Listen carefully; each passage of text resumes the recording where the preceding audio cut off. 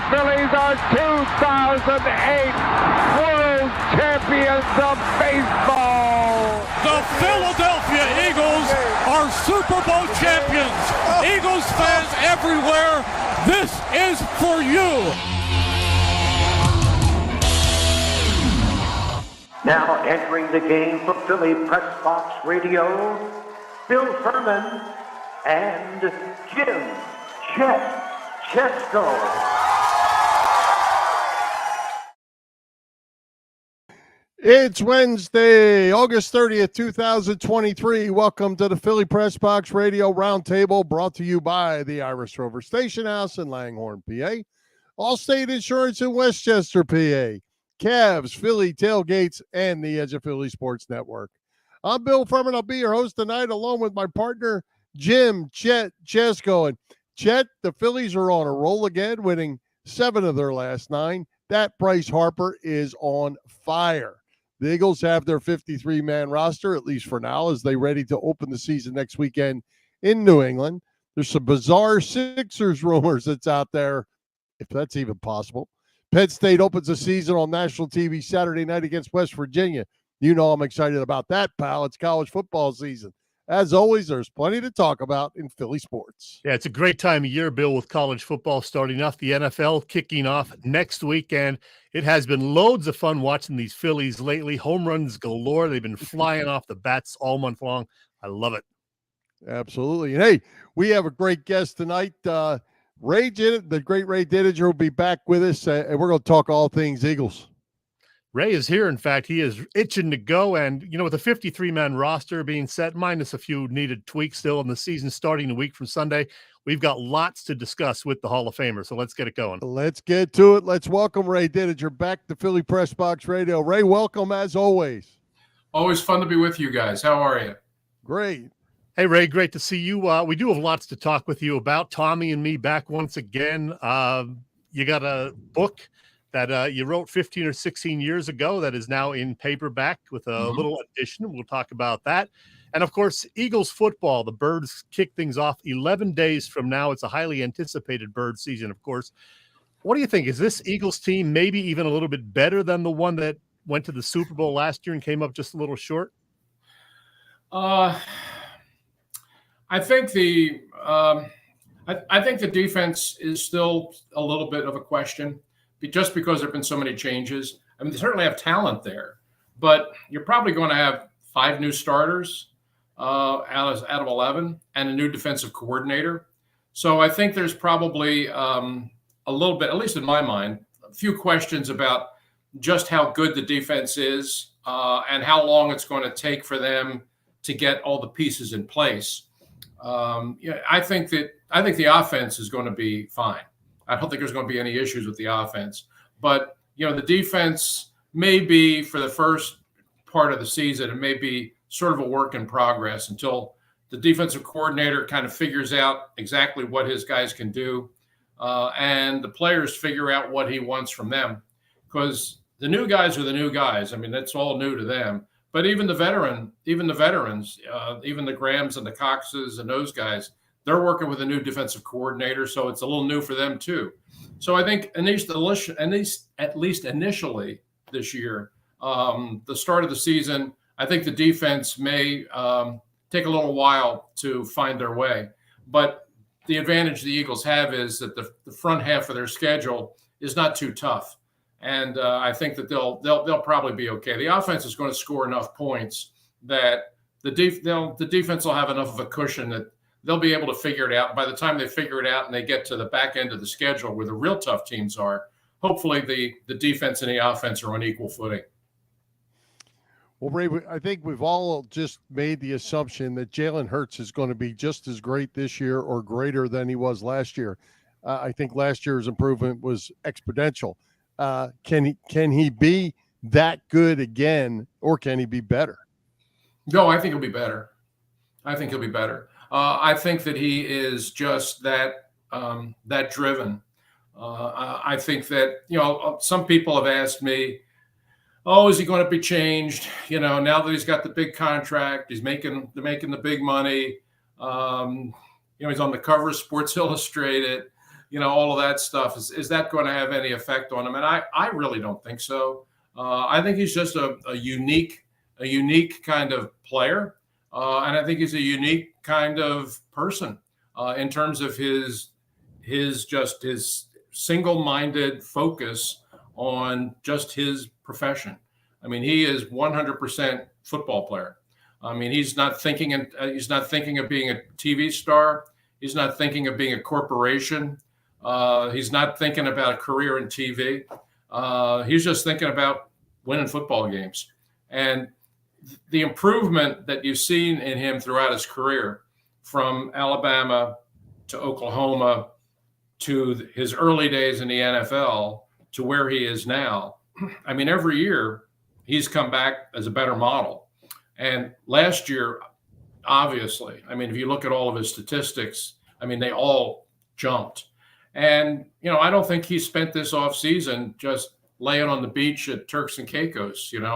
I think he spent this offseason studying film, evaluating himself, figuring out ways that he could get better, and worked at it. And if you saw him through the training camp and through the preseason, well, of course, he didn't play in any of the games, but just in preseason, the way he looked on the practice field, I think he's going to come out and have another very, very big year.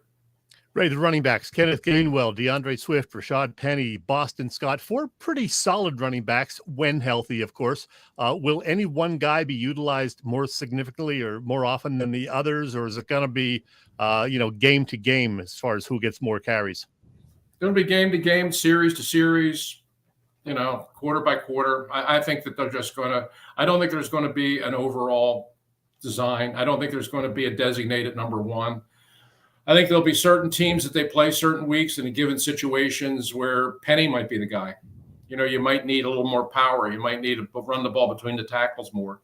Other games you'll see that maybe you feel like you want to throw the ball and you feel like the linebackers can be exploited in passing.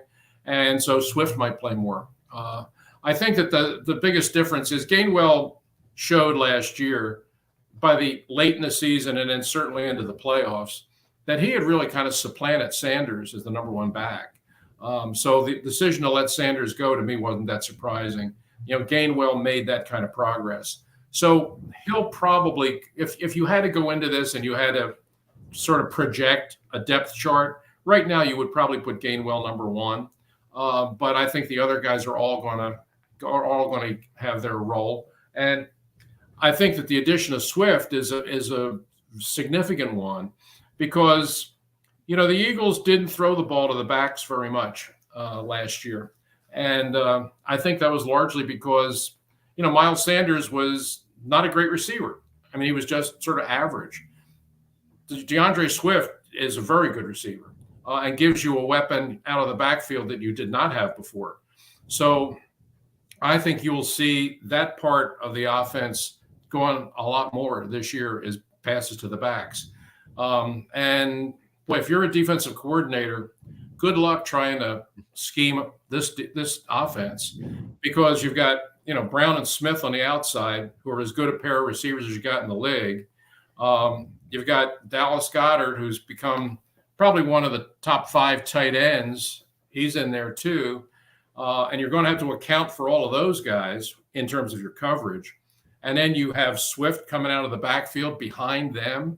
You're going to have to cover him with a linebacker. And there aren't too many linebackers that can run with that guy. So I think you take Swift and you put him in this offense with those kinds of players around him. And, I think he can be a real big major contributor on this team. Ray, you mentioned when we were talking about Jalen Hurts about not the starters not playing any in the preseason. Minnesota did the same thing. The Steelers, Mike Tomlin comes back and says, well, you can't go in the ring unless you've sparred. How do you like this idea of having the practices that they have behind the scenes against other teams, but then not playing any starters during the whole entire preseason?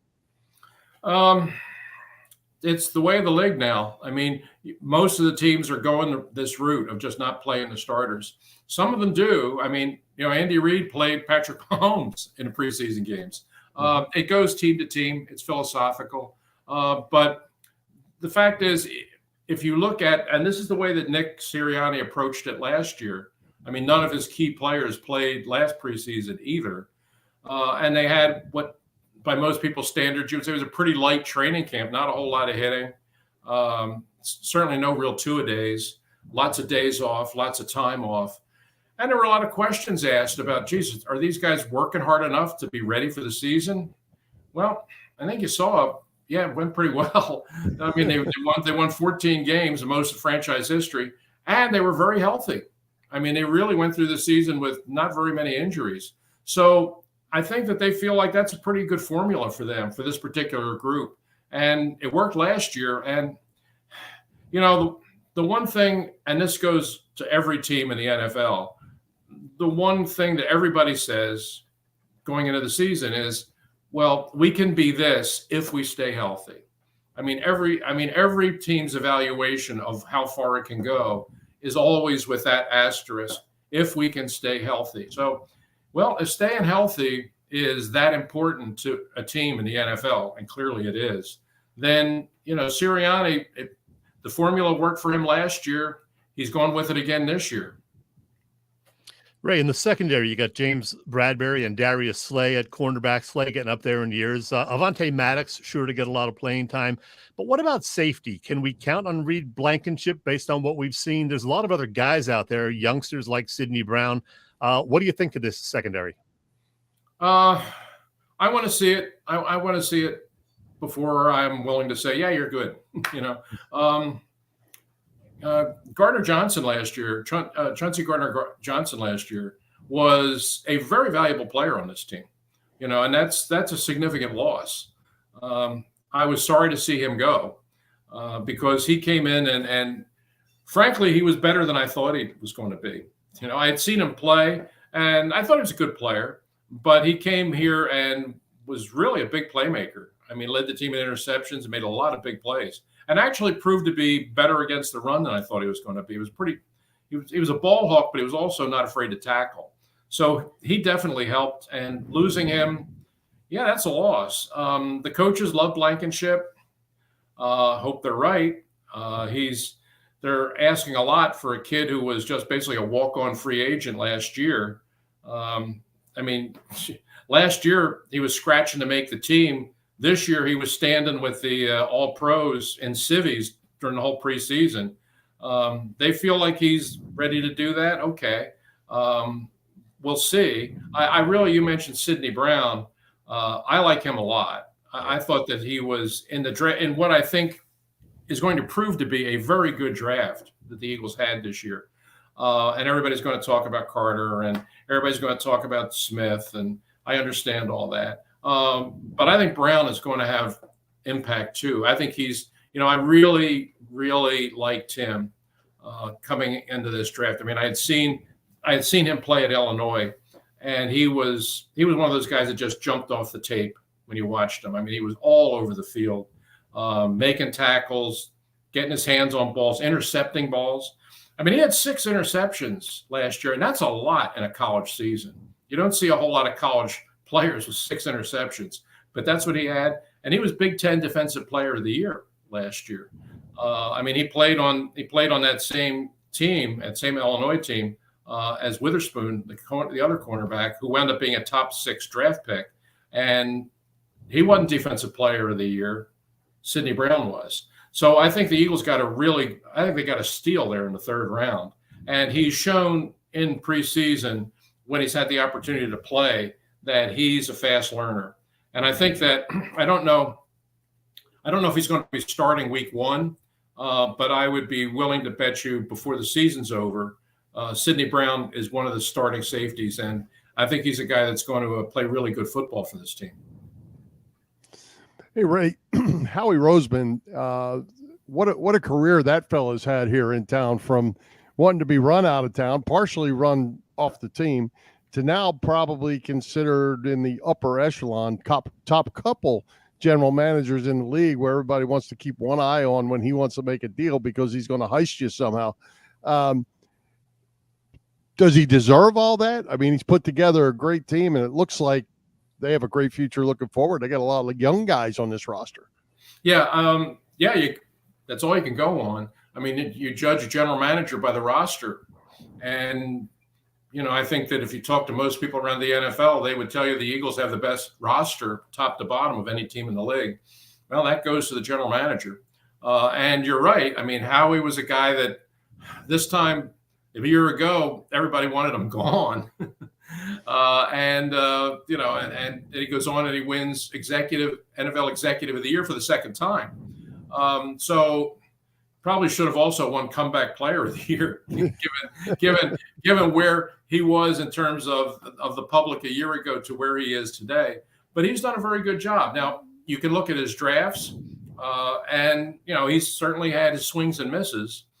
Danny Watkins was one. Jalen Reagor, who just got cut, the other day by the Vikings. I don't know if he has any future in the NFL. They took him over Justin Jefferson. That's still one of those things you just say, what were you thinking? Marcus Smith. All those skeletons are in the closet. But beyond all that, this team has been to a couple of Super Bowls with him. They won one. They came this close to winning last year, and they're the favorite to go this year. So you got to give it to the general manager. The drafts have been a little inconsistent. There have been some hits and there have been a lot of misses. But generally, he has done a very good job at the salary cap. And their free agent acquisitions over time have been really good ones. And I think that this year, I honestly think this year's draft was exceptional. I think that, when it's first time I've ever given the Eagles an A+ on draft day, but I did this year, and I felt like they deserved it. They came away with a bunch of really, really good players. The one guy I looked at and I said, I don't know about this guy, was the quarterback, who looked terrific in the preseason. So, even that looks like they were right on it. But I think top to bottom, you look at this draft, you got a lot of really good players, and a lot of players who I think are going to, unlike last year's draft, where I think you got some good players who didn't play a whole lot. I think this year you got some really good players who are going to play right away, and I think make an impact right away. And they started up again for real September 10th. We can't wait. Ray, we want to make sure we get to a couple other things with you. First of all, your play Tommy and Me. It seems like Bill and I just saw it 3 months ago. Oh, wait, we did. My fifth time, by the way, but it is coming back for a second time this year. Tommy and Me in Westchester. Ray, is this mostly the original cast from what I understand? It is the original cast, all but for young Ray, who obviously – since 2016, the actor that we had playing me then has outgrown the role. But everybody else is back. You got Tom Teddy there in the gold jacket playing Tommy McDonald. You got Matt Pfeiffer in the picture with Tom playing me. And then on the other side, you've got Frank Nardi Jr., who plays young Tommy. He's back, and as I said, the young actor is going to be changing. But other than that, it's the same cast, it's the same director, and basically the same play. And we're really excited. Today was our first rehearsal. We open next Friday at the Uptown Theater, at the Uptown Performing Arts Center in Westchester, and we're really looking forward to it. It's we did when you guys came to see the play in the spring. We were at the Bucks County Playhouse, and it was a different cast and a different director. So the play probably looked and sounded a little different to you. And it was good. It was really, really good. We had a great run up there, 38 performances, and it went really, really well. But this time, the Uptown Theater in Westchester has been trying to bring our play there for a long time. We were supposed to bring it there in 2020.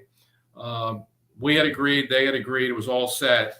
And then, of course, 2020 was the year of COVID, and all theaters shut down. So it's taken us a little while to get it all together, but as of next week, we're going to take Tommy and Me to the Uptown in Westchester, and I hope that folks come out and see it. It is still a real fun play, and we're going to have some special guests coming by to host some of the events, and it's going to be really fun. And it was really fun today at rehearsal to get together with the old gang and and dust off Tommy and Me and get it ready to go next week. Yeah, I thought it was great. When I saw it the first time in Wilmington, you had the guest do the little question and answers at the end, and Coach Herb McGee was there, which was great the night I was there. Didn't have that at Bucks County, at least the day that Chet and I were there. Right. But that's like the cherry on top when you see the great play, and of course you were there when I saw it at Wilmington. But then have the Q&A was really good as well. People like that. Yeah, we're going to do Q&A after every show at Westchester because, as you said, Bill, people really do like it. The play itself is it's only 75 minutes with no intermission, so it's not Death of a Salesman. It's not 4 hours long. It moves real fast, and people they want to stay and prolong the evening. And so we tacked on this, about 20-minute Q&A at the end when the play is over, the curtain goes down, the actors come back on stage, the director comes back on stage, I come back on stage, and we often have a special guest who comes out and moderates. And we just open up questions. People in the audience can ask questions, and they always have questions. There are always things in the play that they want to know about. Did that really happen? Did this really happen? Why did you do this? Why did you decide to write a play, which you had never done before, which is a very good question. So people always have things that they want to know after having seen the play. And we thought that every time we've done it with this group of guys, the original guys, we've always done what they call a talk back at the end of the show. And we will be doing that again in Westchester. Ray, on another front, 16 years ago, you published a book called One Last Read, the collected works of the world's slowest sports writer. Mm-hmm. Well, just a month or two back, it came out in paperback, which is very cool. Temple University Press actually sent me a copy, which I appreciated. Great. Ray, are you really the world's slowest sports writer, or is that just a myth? No, it's 100% true. I can be documented. I can document it very plainly. Yes, I was. I just was. I was really, really slow. I mean, writing is something that, some people can do it fast, and other people need a lot of time. And I was one of those guys who needed a lot of time. I've been around after 50 years in the business. I've seen them all. And it amazes me, the guys who can write fast. And I was around a bunch of them. I mean, Stan Hochman could write really fast. Bill Lyon could write really fast.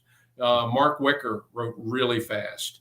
Those guys, and I've sat next to them in the press box and seen them do it. They could write a column in a half an hour. And you'd pick up the paper the next day and it was brilliant. Well, they had that gift. I didn't. If I was going to write a column, what they did in 30 minutes, it would take me 8-9 hours, typically. Now, I worked at two newspapers, the Philadelphia Bulletin and then later the Daily News, that were both what they called afternoon newspapers. They didn't come out till the afternoon. So I had a much later deadline than the other guys did. So I had that extra time, and so I used that time night after night. But the slowest sports writer. Yeah, I know it looks like kind of an inside joke, but it's quite literally true. I set a record that I'm pretty confident in saying will never be broken, and that is that I was the last guy out of the press box at 25 consecutive Super Bowls. I think I'm safe in saying that no one's ever going to approach that record again. I was the guy that literally turned out the lights and locked the door at the Super Bowl press box 25 years in a row. And it's why you had to turn down lunch with Christy Brinkley too. You had a deadline. Yeah, that was Leonard Duran too. And I had a deadline in an hour and a half, and I just didn't have time for Christy Brinkley. Hey, Ray, I wanted to make one other comment about the Tommy and me, at least my observation, and see if this is yours as well. Up in New Hope, a little different, I think, than Wilmington. Now maybe it was because Chet and I went on a Sunday afternoon, I believe it was. A lot of fathers and sons, a lot of jerseys going like you're going to the game. A lot of fathers and sons going together. I think Now, Wilmington has seemed a little more like couples and whatever. My wife was with me at that one. Is that what you see too? And I think that it's the father-son thing all kind of pulls at the heartstrings a little bit in that play. And I think that that relationship really comes out, and it's really, really well liked as well. I think that's true, Bill. Every night the audience is different.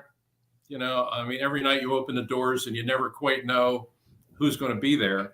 And some nights are, as you said, some nights it is a lot of couples and, older folks and people who,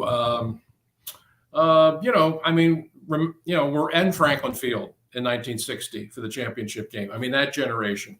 And then the next night you'll have a crowd of people in their 20s and 30s, half of them in Eagles jerseys, and it's a totally different crowd, which one of the things that I've learned, I was totally new to theater, so I learned early, was one of the actors told me the first year, he said, one of the things that you'll see is that every night the play is different.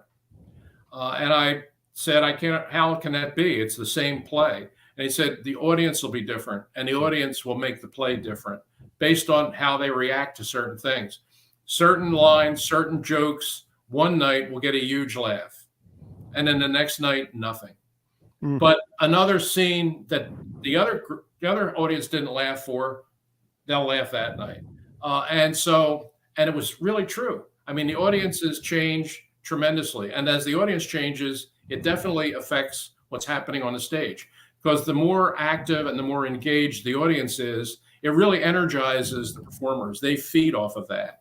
And one of the things that I have found, the different theater directors that have brought Tommy and me to their theater, what they told me, and I never thought about this, but it makes sense, is one of the things they like about Tommy and me, and one of the reasons that Tommy and me is attractive to them, is it brings people into the theater that wouldn't ordinarily go to the theater. Theater people that run theaters are always trying to get new audience, get new people, get some new people to just come to theater, because a lot of people just don't go to theater. It's just not something that's in their, they just don't think about going to a play. But they saw that with Tommy and me, because it reaches a lot of sports fans, that those people will now come to the theater. So you get people coming in Eagles jerseys that wouldn't ordinarily be going to see Kinky Boots, And if people come to the theater and they see Tommy and me and they have a good time, then, they say, you know what, this was fun. We ought to come to another play. So that was part of the reason why a lot of theater owners wanted Tommy and me, because they knew that it would get some people who had never been to theater or experienced theater, get them into the theater, and then maybe all of a sudden now you've got new fans that you didn't have before. So I think it's worked for them, and I also think it's worked for a lot of people who aren't really football fans, but come and see this story and say, you know what, Tommy McDonald was before my time. I'm not really a football fan. I'm not an Eagles fan, but I really love this story about this little boy and his football hero. It just resonates with people, and it's really feel-good theater. And if you look around at most theater today, there's not a lot of that out there. A lot of your theater is very political. It's very agenda-driven, and this is just an old-fashioned play that makes people feel good. And that's why Tommy and me worked back in 2016, and that's why it's still working today. Ray, two more things from me. I scored another terrific new book from Temple University Press, and it turns out you wrote the foreword for it. It's Bob Angelo's book, The NFL Off Camera, which I am reading right now. It is terrific. Tell our viewers about Bob Angelo. He's going to be on our show next month, so tell us about Bob Angelo. Yeah, you'll have fun. You'll have fun with Bob, because I met him when I went to work at NFL Films back in 1996. And Bob is one of the real veterans there. I mean, he worked at NFL Films for 40 years and did everything. I mean, Bob was a cameraman. He was a producer. He was a writer.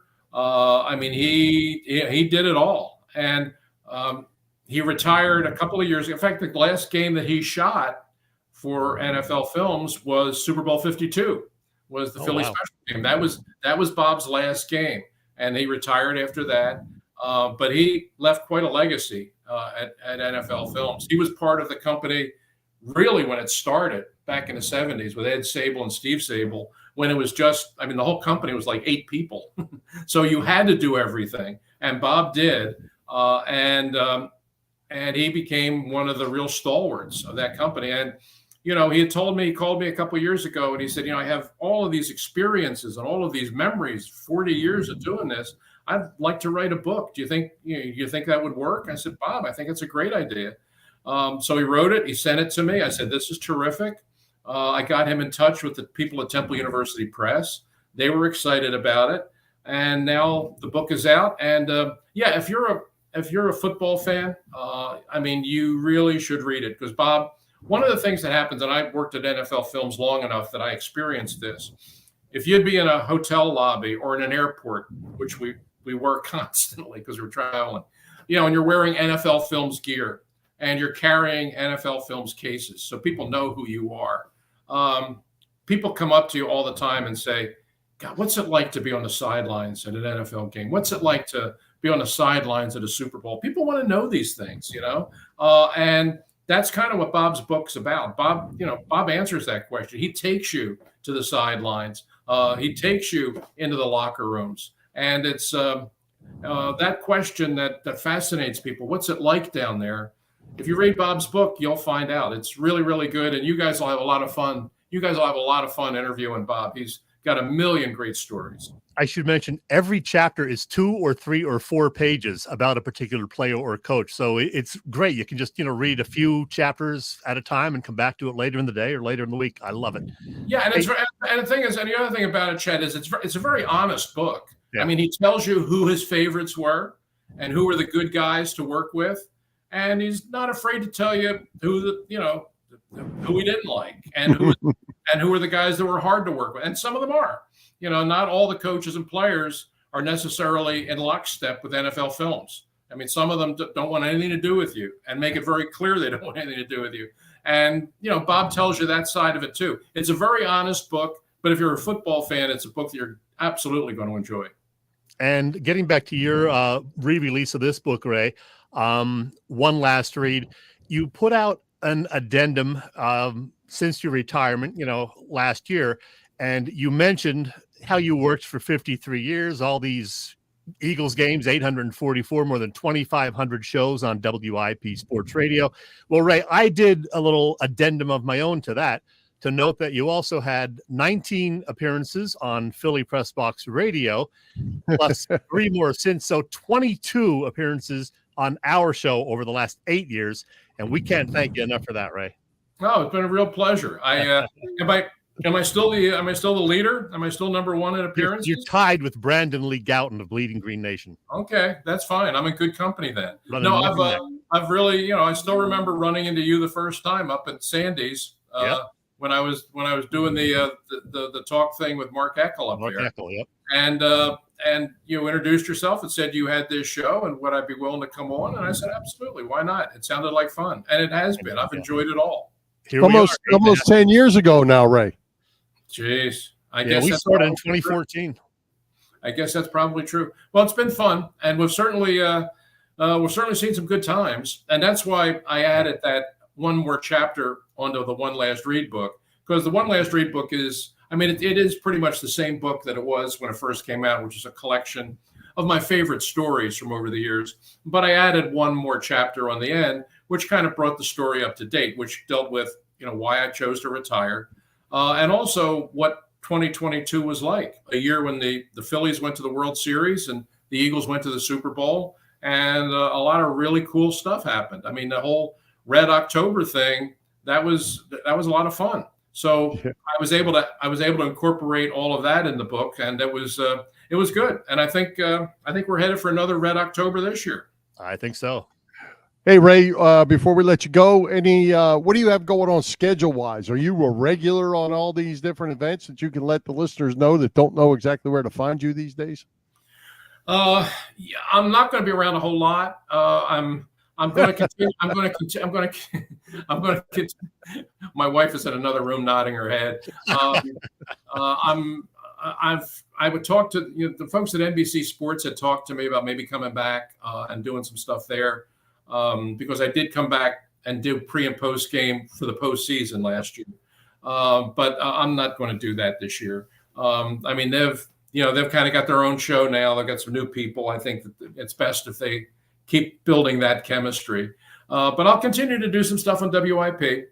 I've been doing like once a month coming in studio with the new morning show with Joe DeCamera and John Ritchie. And I'll continue to do that probably through this football season. But that'll be it. It's not going to be, not going to be that much. I mean, I'll be out there for Tommy and me, obviously. And there are a couple of film things happening with Tommy and me that are just in the early stages that, Tommy and me may be coming to TV or maybe even a bigger screen someday. So awesome. those are all in the discussion stage now. So it's enough to keep me busy, but it's all good. There you go. Chet, can you go ahead and put that up there one more time? Tommy and me. Here it is. Go see it. Uptown Performing Arts Center in Westchester, September 7th through 17th. Take your family, take your son, daughter, wife, be there and see Ray Diddy. I will be there. And the question I always get asked is, is it appropriate for kids? Because you do have to ask that question now. Oh, yeah. And I fully understand. I say yes, 100%. 100%. It's absolutely G-rated. And to be honest with you, I tell people you should bring your kids because it really is the story of a little boy. It really is the story of a little boy finding his way into the world of sports through the generosity of his favorite player, who is this great Eagles player who kind of adopts him in the role of little brother, and how that whole relationship changed both of our lives. So it's really a very sweet story, and it's something that adults will certainly enjoy, but I think kids of almost any age will understand. And it's also appropriate for wives who don't really like football. I can attest to that. Oh yeah, absolutely. We hear that after every show. I didn't think I would like this play. I only came because my husband brought me. But but I love this story, and I had tears in my eyes. Hear that all the time. Excellent. Well, Ray, thanks for taking the time to do this with us again, number 22, and let's do it again. My pleasure. Anytime. Great being with you guys. Chat. Well, you come playoff time, January. We'll talk to you then. Very good. You know where to find me. Yes, Take indeed. care, Thanks, Chet. See you, Bill. Thanks, Bye-bye. Ray.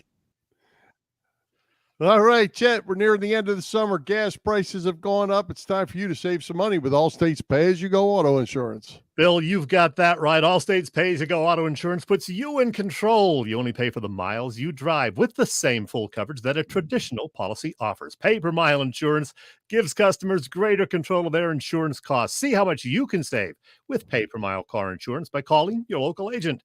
In Westchester, Pennsylvania, that is Dave Lavoie. And by the way, Dave, in addition to what we just told you about, they also offer home and renters insurance, life insurance, business insurance, and more. Allstate in Westchester. Call Dave Lavoie at 610-430-0700. Again, 610-430-0700.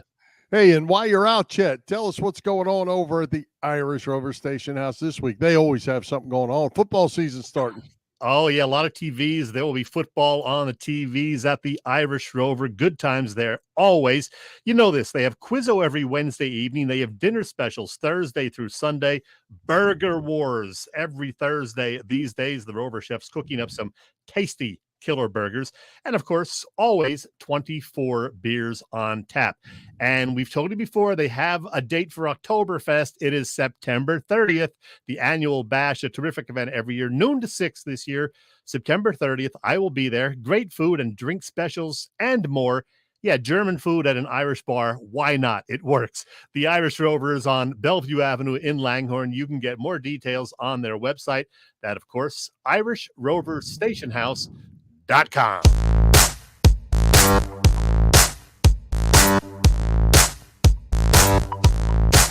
Hi, football fans. This is Merrill Reese, and you're listening to Bill and Chet on Philly Pressbox Radio. It's good!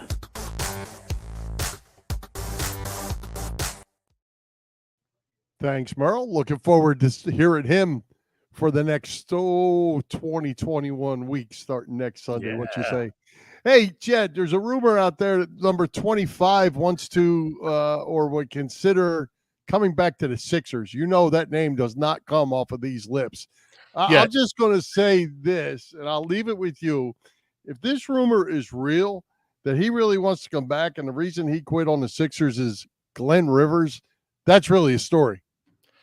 Yeah, you're, of course, talking about the guy whose name you don't want to mention, the former Sixer with the initials BS, fittingly. By the way, he wears number 10 now with those Brooklyn Nets when he actually gets on the court. And yeah, he did an interview with Andscape, whatever that is, and said he would be open to a return to Philadelphia down the road, calling Philly his second home. Yeah, he's probably still pissed at Glenn Rivers for throwing him under the bus, in his mind at least. But I got to tell you, Bill, I don't believe a word of this. I have a hunch he just said that because he knows it would never happen. Philly would never bring him back. Also, he says he's ready to come back strong this year, and his goal is to dominate people. Okay, sure, Ben. Well, we know that he can play, or he could for a time, but he does not ever need to be walking into the arena in Philadelphia, whether it's downtown in South Philly or anywhere else that they build an arena or think about it. Out. No, he's out. Nothing new to report. I don't think I can even do a weekly talk with them if he's on the team. Yeah, I don't believe any of it, like I said, and there's nothing really new on the James Harden front, so to hell with that. Nick Nurse at the ballpark today threw out the first pitch at the Phillies game and did a very brief interview.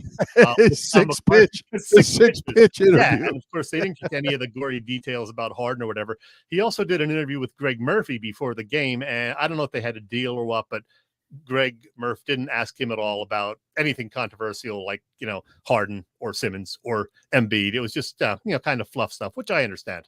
Yep. All right, let's move on. Let's give a shout out to all the shows at the Edge of Philly Sports Network this week. The gang has all the bases covered. As usual, you can catch all the action at www.eopsports.com, as well as Edge of Philly Sports on YouTube. You can also find our show on Philly Pressbox Radio YouTube channel. Help us out. Hit those subscribe, follow, and like buttons. And as always, share with your family and friends. And as you can see, every night, and it's only going to get more and more as football season starts, but every day, every night, we got something going on at the Edge of Philly Sports Network. Yeah, we do. Be sure to catch our guys at EOP, the Edge of Philly Sports, after our show. Go get yourself a little break or whatever between 8 and 8:30, and then catch those guys at 8:30. And right now, Bill, I think some people might need a lawyer. All right, guys, let's talk about Cherry Law Firm. If you get hurt at work in a motor vehicle accident, personal injury, or affected by criminal law, you got to call David R. Cherry of the Cherry Firm. Call 610-565-0300 or go to cherryinjurylaw.com. Let David R. Cherry fight for your rights. Again, that number is 610-565-0300. That's 610-565-0300 or go to cherryinjurylaw.com. Let David R. Cherry fight for your right. Bill, somebody at the door. It's that time. It's that time. Yeah. Who We're knew? going to make this real quick because we're behind schedule because we kept Ray longer than we planned to because we love talking to Ray. And it was great. Oh, of course it was. Bill, back in June, we did a poll.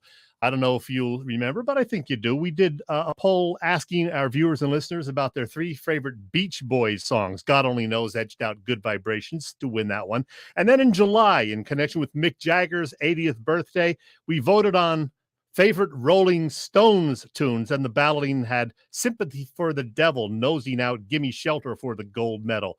Well, next week happens to be birthday number 80 for one of the founding members of Pink Floyd, Roger Waters. So in connection with that, first thing tomorrow morning, I'll do this. I'll be asking for your 3 favorite Pink Floyd songs. As with the Beach Boys and the Stones, this will not be easy.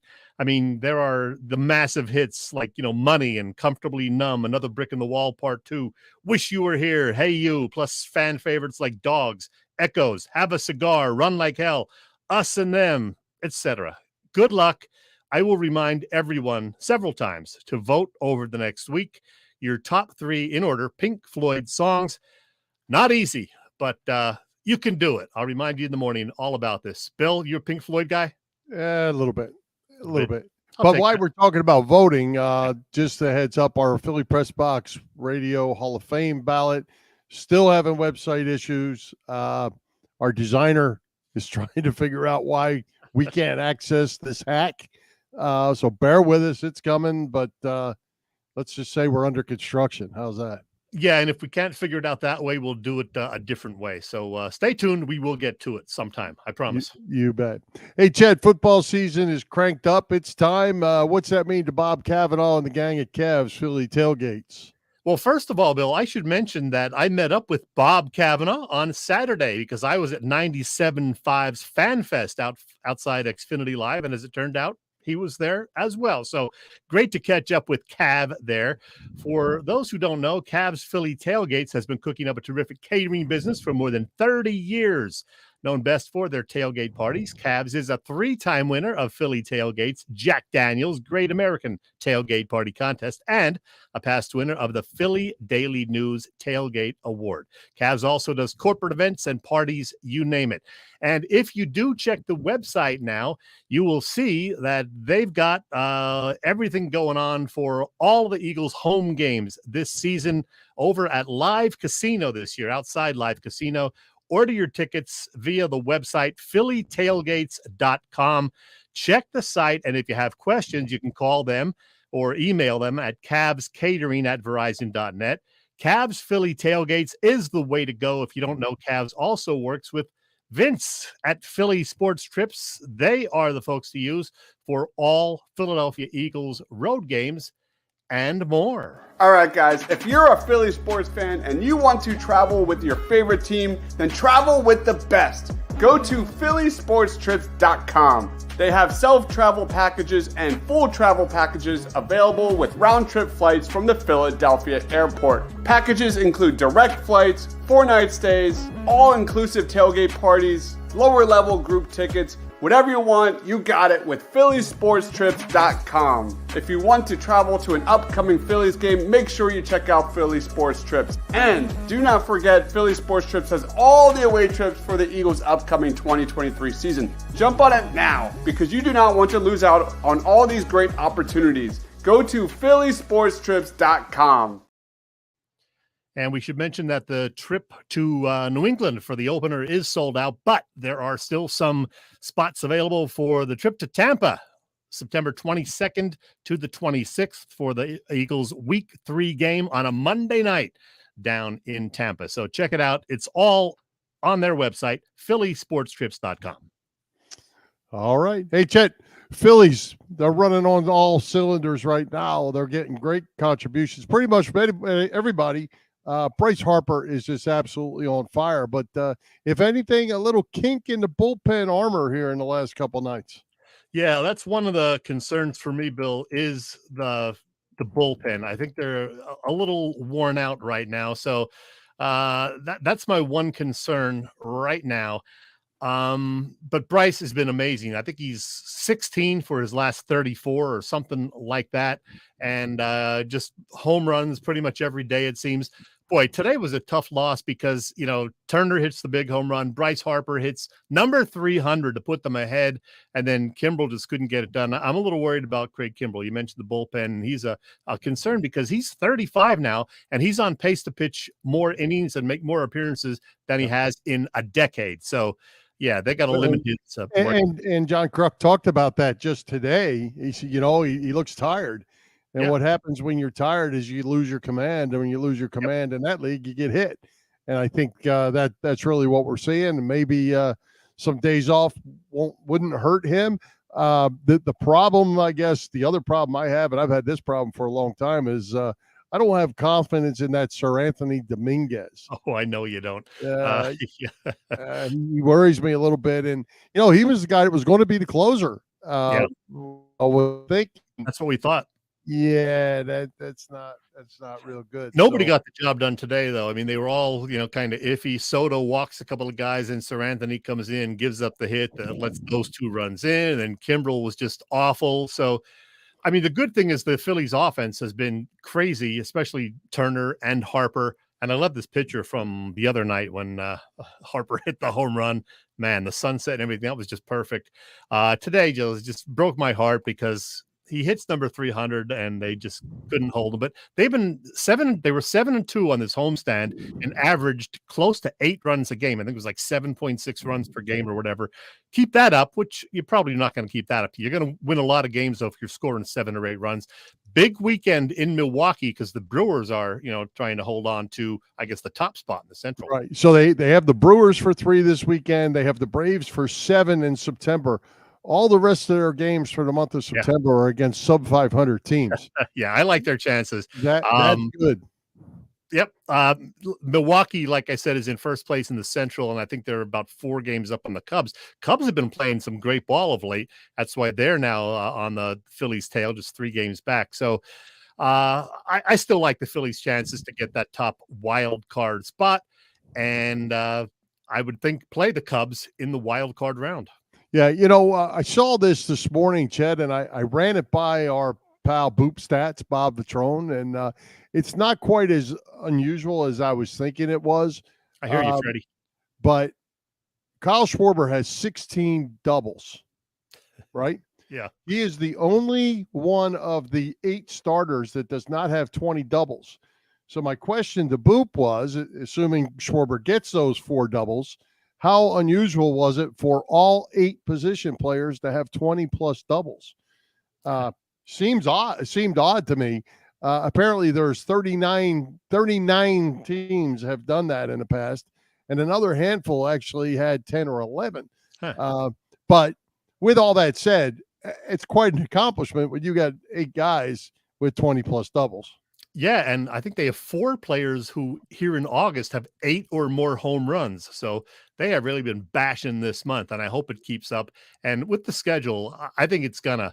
And I would love to see them take 2 out of 3 in Milwaukee just to show, the Brewers, if they face each other in the postseason, that the Phillies are boss, man.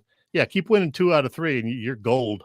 Yeah. And I think with the excitement that we're seeing, if this bullpen does get straightened out, the Braves are still definitely the cream of the crop at this point. But you get in a short series, I don't know if anybody wants to face these Phillies bats right now. They're hot. Yeah, they really are. They got some things to work out as far as the pitching rotation and all that. But they're in good health, other than maybe the health of the arms in the bullpen. But like you said, Pache coming back and Ranger Suarez coming back on Sunday or Monday. So things are looking up, and I can't wait. It is going to be another Red October. It's going to be fun. Yeah, absolutely. Hey, we're going to skip the Tell Me Something Good unless you have something really special to talk about, because we're running out of a little bit of time. But we can skip that. Yeah. Hey, how about those Penn State Nittany Lions? They open the season this weekend, which many are considering their most talented team in a long time, with a chance to actually win the Big Ten Saturday night at home against West Virginia in the helmet stripe game, Chet. Yeah, I know. I don't know what that is, but I know it's something new. And well, everybody's going to be in white, except across the 40 to the 40 is going to be the blue stripe. Helmet stripe game. Well, I'll tell you this. You mentioned Tell Me Something Good. That was actually going to be my Tell Me Something Good. And I'm going to lead into the Penn State by saying, yeah, it's not exactly Philly, but it is Pennsylvania. As we noted, Penn State football does start up again this weekend. It's a nationally broadcast game Saturday night. The Knits taking on old rival West Virginia, their first meeting since 1992, Bill, because Penn State, of course, went to the Big Ten the following season. Now, Penn State, I don't think is a true national championship contender, but maybe they'll surprise us. There's always that hope, at least, if not maybe the confidence or the optimism. I'm sure it's going to be a great atmosphere at Beaver Stadium with the helmet stripe thing that you just mentioned. NBC 10 in Philly is the place to watch it, part of the Big Ten's new media rights deal. Back when we were younger, the Nittany Lions and West Virginia played each other pretty much every year. In fact, they did almost every year from 1940. That's before our time, through 1992. And this is pretty neat that they are finally meeting again. Penn State, by the way, leads the all-time series 48-9 with 2 ties. Back in the 80s and 90s, the head coaches were always Don Nalen and Joe Paterno. Those days are long gone. So I'm excited about the renewal of this rivalry, even if just for, 1 or 2 year thing. Yep, it should be fun, and it's good that it's going to be on national TV. Todd Blackledge will be calling this game, by the way. He'll be the analyst. I don't know who the play-by-play guy is going to be, but Todd is the main man on Big Ten Saturday nights now, so he's a good one. And if you're wagering, Penn State is favored by 20.5 points. Yeah, they'll cover that plus some more. I think they're loaded. You mentioned maybe they're not good enough to be that. They may be good enough to be that. I hope so. If the young quarterback gets this thing going, they got a chance to be really, really good. All right, Chet. Great guest tonight in Ray Diddy, who's coming to Philly Pressbox Radio next week. Well, tonight was a good one. Next week might be as good or even better. Who knows? We will talk more about Penn State football, among other things, when we are joined for the first time in a couple of years by Nittany Lions reporter and Harrisburg Patriot News columnist David Jones. Dave is always great. And you and I will do our official Philadelphia Eagles season preview show, Bill. And we, of course, as we do every year, the first week in September, we'll have a little conversation with the forever voice of the Birds, the great Merrill Reese. So David Jones talking Penn State football and whatever else we get to with him, and Merrill Reese talking Eagles. I believe it's his 47th year behind the mic. Amazing. We will be loaded up with good stuff, and I'm sure we'll throw some Philly stuff in there too, because they're going to keep on winning. And Pink Floyd, the poll results. So back again on that. That's just 1 week. Yeah, that's 1 week. I will publish it tomorrow morning, and people will vote. And we got like 80 votes last time on the Stones, so I'll push it and hopefully get at least 80 on Pink Floyd. All right. Let's take another quick break. Thank our friends at the PPCC 118 Raz Room. They post great sports memorabilia on their Facebook page so people can take a chance of winning something not be afford or have access to. All items come with certificates of authenticity. They continue to run out great autograph memorabilia from all the Philly teams and more. Check out their Facebook page. Like it or follow it. It's PPCC 118 Raz Room. That's right. PPCC 118 Raz Room on Facebook. Yeah, Bill. A couple of odds and ends before we go. Do we have time? What do you think? Sure, throw them in there.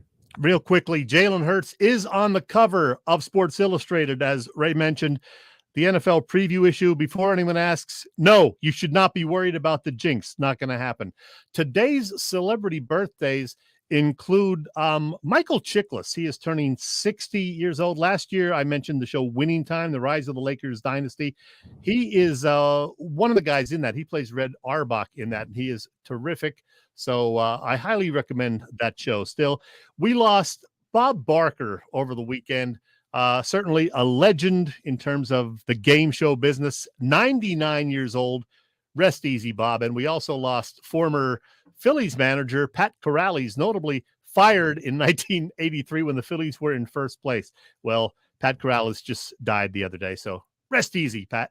Yeah, and one other note, on a more positive note than your death notices, the Jason Kelsey documentary coming out very soon. I'm really excited to see that. I saw an interview with Jason about that and said, yeah, I think, what's his name? Oh, darn, it slipped my mind. The defensive end played for the Eagles. Connor Barwin. Connor Barwin, I believe, is behind it. Yes.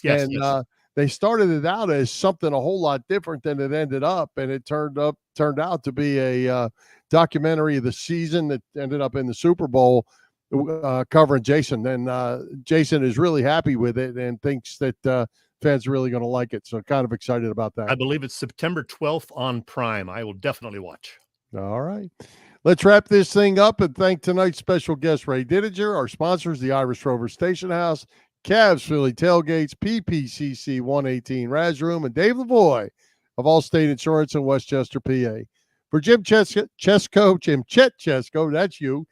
This is Bill Furman. We hope you enjoyed the show, and we'll join Philly Pressbox Radio next Wednesday, September 6th at 7 p.m.